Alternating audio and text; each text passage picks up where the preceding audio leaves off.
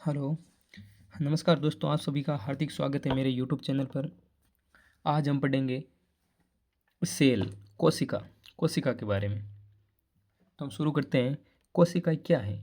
कोशिका को जीवों की आधारभूत संरचनात्मक और क्रियात्मक इकाई कहा जाता है।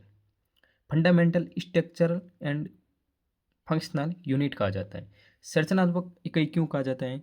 क्योंकि अपना शरीर है ना, ये कोशिका, क्योंकि ये शरीर को आकार देती हैं, इसीलिए कोशिकाओं को संरचनात्मक इकाई कहा जाता है। कार्यात्मक इकाई क्यों कहा जाता है?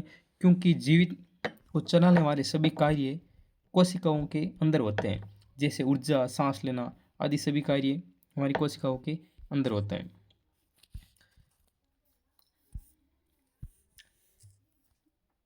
कोशिका की खोज रॉबर्ट हुक ने इन्होंने 1665 में पहली बार मृत कोशिका को कोरक में देखा। रॉबर्ट हुक ने पहली बार मृत कोशिका को कोरक में देखा। एंटवन ल्यूवेनहॉक इन्होंने पहली बार जीवित कोशिकाओं को देखा। एंटवन ल्यूवेनहॉक ने पहली बार जीवित कोशिका को देखा। जो जीवित कोशिका देखा वो जीवित कोशिका जीवाणु थी। एक सामान्य कोशिका के मुख्य 3 भाग होते हैं: कोशिका झिल्ली, कोशिका द्रव्य, केंद्रक।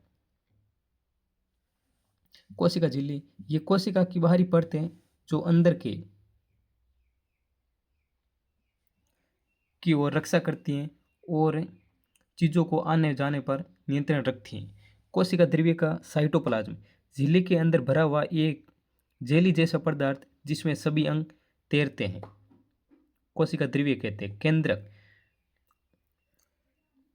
न्यूक्लियस, इसे कोशिका का मस्तिष्क कहा जाता है क्योंकि ये पूरी तरह कोशिका के कार्यों को विभेदित करता है और इनमें डीएनए होता है। केंद्रक के अंदर डीएनए होता है। केंद्रक न्यूक्लियस। कोशिका के अंगक, कोशिका के अंदर अलग अलग अंगों के अलग अलग काम होते हैं। माइटोकॉन्ड्रिया, इसे कोशिका का पावर हाउस ऑफ सेल कहते हैं।